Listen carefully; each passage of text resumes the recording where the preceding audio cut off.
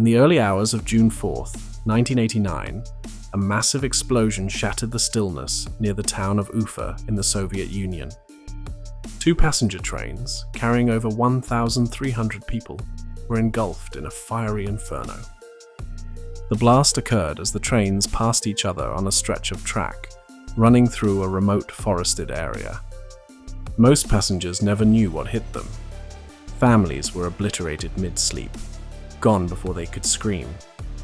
The shockwave tore through the carriages, turning compartments into ovens in an instant. Those near the windows were shredded by flying glass. Others were thrown against bulkheads, crushed or burned alive as fire consumed entire carriages. Survivors later spoke of hearing inhuman sounds, the groans of steel, the high-pitched wails of people ablaze, running blindly through fire, clothes melted into their skin. The heat didn't just destroy, it erased.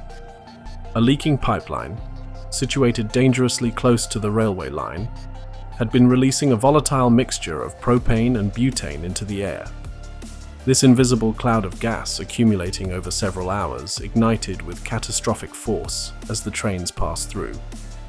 The explosion was so powerful that it registered on seismographs hundreds of kilometers away.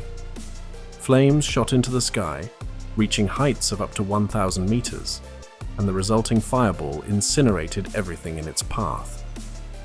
The intense heat melted the steel rails and reduced the carriages to twisted wreckage. Survivors described the scene as apocalyptic, with the forest around the tracks set ablaze and the night sky illuminated by the raging fire. The disaster claimed the lives of 575 people, making it the deadliest rail accident in Soviet history. Many of the victims were children, traveling with their families to or from vacation destinations. The trains had been packed with passengers, as the route was a popular one connecting the cities of Novosibirsk and Adler. The explosion occurred just after midnight, catching most of the passengers asleep in their compartments. In the aftermath, rescue efforts were hampered by the remote location and the scale of the devastation. Emergency responders faced immense challenges as they worked to extinguish the fires and search for survivors. The nearest hospitals were overwhelmed by the influx of casualties, and medical personnel struggled to treat the severe burns and injuries sustained by those who had survived the initial blast. Investigations revealed that the pipeline, which had been constructed in the 1970s, was poorly maintained and had developed a significant leak. The gas had seeped into a low-lying area near the tracks, forming a dense cloud that was ignited by a spark from the passing trains. The pipeline's proximity to the railway line was a critical factor in the disaster, highlighting serious lapses in safety protocols and infrastructure planning. One shocking but verifiable fact about the Ufa train explosion is that the Soviet authorities initially downplayed the incident, delaying public acknowledgement of the disaster. This was partly due to the political climate of the time, as the Soviet Union was in the midst of significant political and social upheaval. The government was reluctant to admit to such a catastrophic failure of infrastructure, fearing the potential backlash from an already discontented populace. The Ufa train explosion served as a grim reminder of the potential consequences of neglecting safety standards and infrastructure maintenance. It prompted a re-evaluation of pipeline safety regulations and led to increased scrutiny of the Soviet Union's aging infrastructure. The disaster also highlighted the need for improved emergency response capabilities, as the initial response was hindered by a lack of resources and coordination. In the years following the explosion, efforts were made to improve the safety of pipelines and railway lines across the Soviet Union. However, the tragedy left a lasting impact on the families of the victims and the survivors, many of whom suffered from severe physical and psychological trauma. The Ufa train explosion remains a somber chapter in the history of rail travel, a stark reminder of the potential for disaster when safety is compromised. The Ufa train explosion of 1989 was not an isolated incident, but rather the culmination of systemic issues that had been brewing for years within the Soviet Union's infrastructure management. The Soviet Union, during the late 1980s, was grappling with the challenges of maintaining its vast and aging infrastructure. The country was undergoing significant political and economic changes under Mikhail Gorbachev's policies of glasnost and perestroika. These reforms aimed to introduce more transparency and restructure the stagnant Soviet economy, but they also exposed deep-rooted inefficiencies and neglect in various sectors, including transportation and energy. The pipeline involved in the disaster was part of an extensive network designed to transport natural gas and other hydrocarbons across the Soviet Union. Constructed in the 1970s, this network was crucial for supplying energy to both domestic and industrial consumers. However, by the late 1980s, many of these pipelines were suffering from inadequate maintenance and oversight. The pipeline near Ufa, which carried a mixture of propane and butane, was no exception. It had been identified as having potential safety issues, but these warnings were not adequately addressed. In the years leading up to the explosion, there had been several reports of leaks and other malfunctions within the pipeline system. These reports often went unheeded due to bureaucratic inertia and a lack of resources. The Soviet economy was strained, and funds for infrastructure maintenance were limited. As a result, many pipelines were left in a state of disrepair, with only minimal inspections and repairs being carried out. The pipeline near Ufa had developed a significant leak, which allowed a large volume of gas to escape and accumulate in a low-lying area near the railway tracks. The geographical setting of the disaster played a critical role in the events that unfolded. The railway line where the explosion occurred was a major route connecting the industrial city of Novosibirsk in Siberia with the resort town of Adler on the Black Sea coast. This route was heavily trafficked, especially during the summer months when families traveled to vacation destinations. The tracks ran through a remote, forested area, which made it difficult for emergency services to access the site quickly after the explosion. The decision to route the pipeline so close to the railway tracks was a significant oversight. In the Soviet Union, infrastructure projects were often planned with an emphasis on efficiency and cost-effectiveness, sometimes at the expense of safety. The proximity of the pipeline to the railway line created a hazardous situation, as any leak could easily lead to a catastrophic event if ignited by a passing train. This risk was compounded by the lack of effective monitoring systems to detect gas leaks in real time. On June 3, 1989, the day before the explosion, there were indications that something was amiss. Local residents reported a strong smell of gas in the area, but these warnings did not reach the appropriate authorities in time to prevent the disaster. The Soviet Union's centralized decision-making process often resulted in delays in addressing local issues, as information had to pass through multiple layers of bureaucracy before action could be taken. The trains involved in the explosion were part of the Soviet Union's extensive passenger rail network, which was one of the primary modes of transportation for long-distance travel. These trains were typically crowded, especially during peak travel seasons, as they provided an affordable means of transportation for the Soviet populace. On the night of the explosion, the trains were carrying over 1,300 passengers, many of whom were families with children returning from vacations or heading to summer camps. The stage was set for disaster as the two trains approached each other on the track near Ufa. The gas that had been leaking from the pipeline had formed a dense, invisible cloud that hovered over the tracks. As the trains passed through this cloud, a spark, likely from the friction between the train wheels and the tracks, ignited the gas, resulting in a massive explosion. The force of the blast was so immense that it obliterated the trains and sent debris flying in all directions. The explosion was a stark illustration of the consequences of neglecting infrastructure safety and the failure to heed warnings.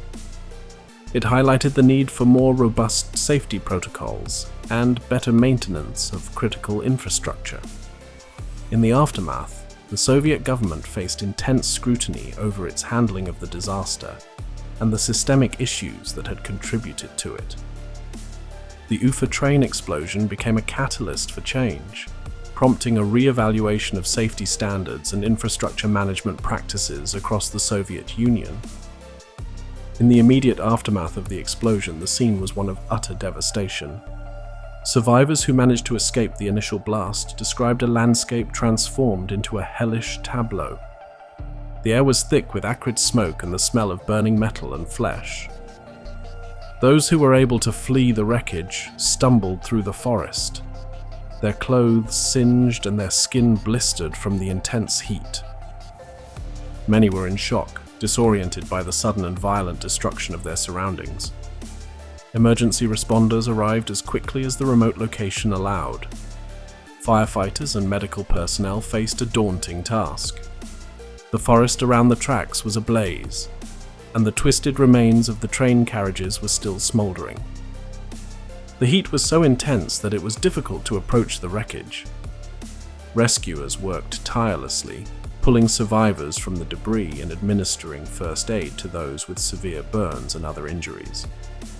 The cries of the injured and the roar of the flames created a cacophony that echoed through the forest. One survivor, a young man traveling with his family, later recounted the chaos.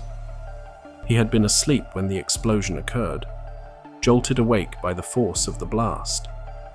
In a daze, he crawled through the shattered window of his compartment, the glass cutting into his hands and knees. Outside, he saw others doing the same, some helping children and the elderly to safety. The forest, usually a place of tranquility, had become a scene of horror.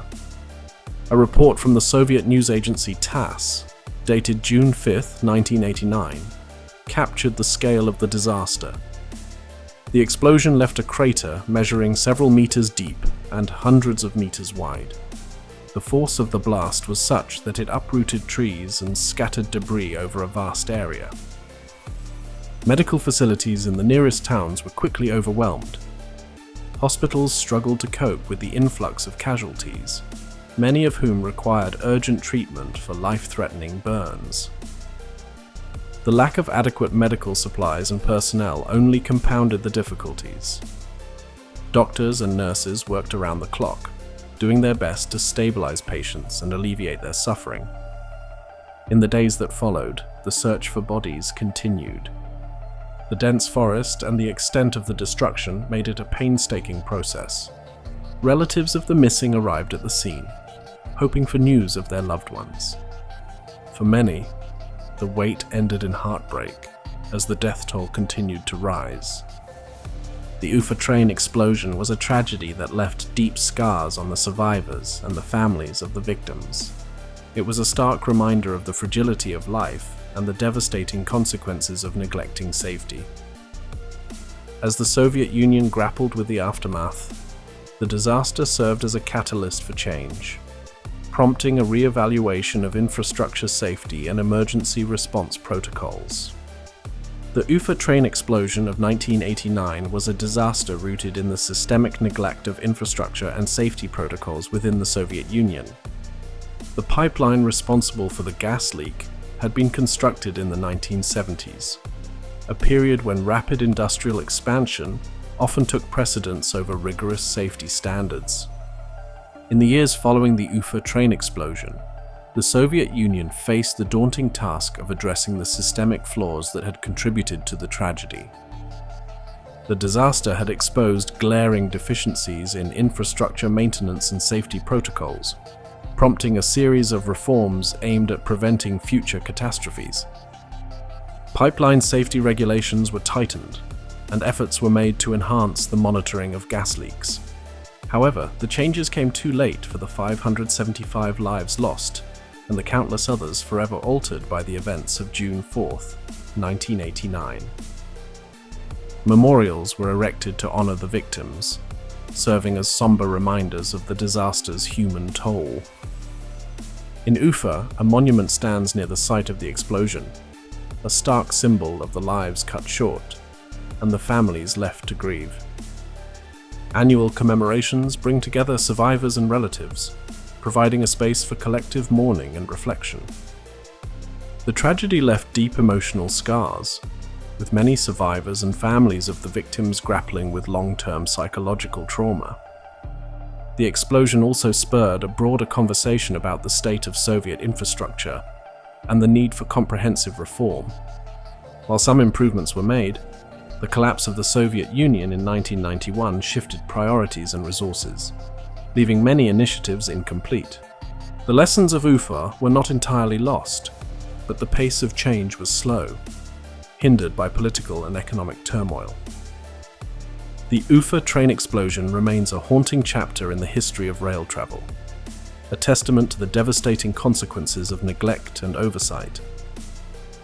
It serves as a cautionary tale, underscoring the critical importance of infrastructure safety and the need for vigilance in the face of potential hazards. As the years pass, the memory of that fateful night continues to resonate, a reminder of the fragility of life and the enduring impact of human error. The question lingers: in the pursuit of progress and efficiency, how often do we overlook the silent warnings that precede disaster?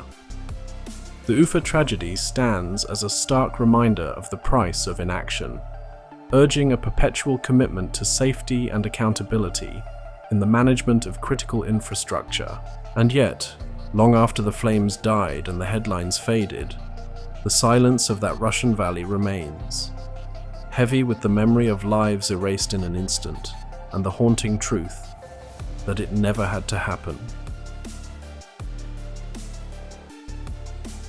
For more fascinating horror, hit the like button and subscribe.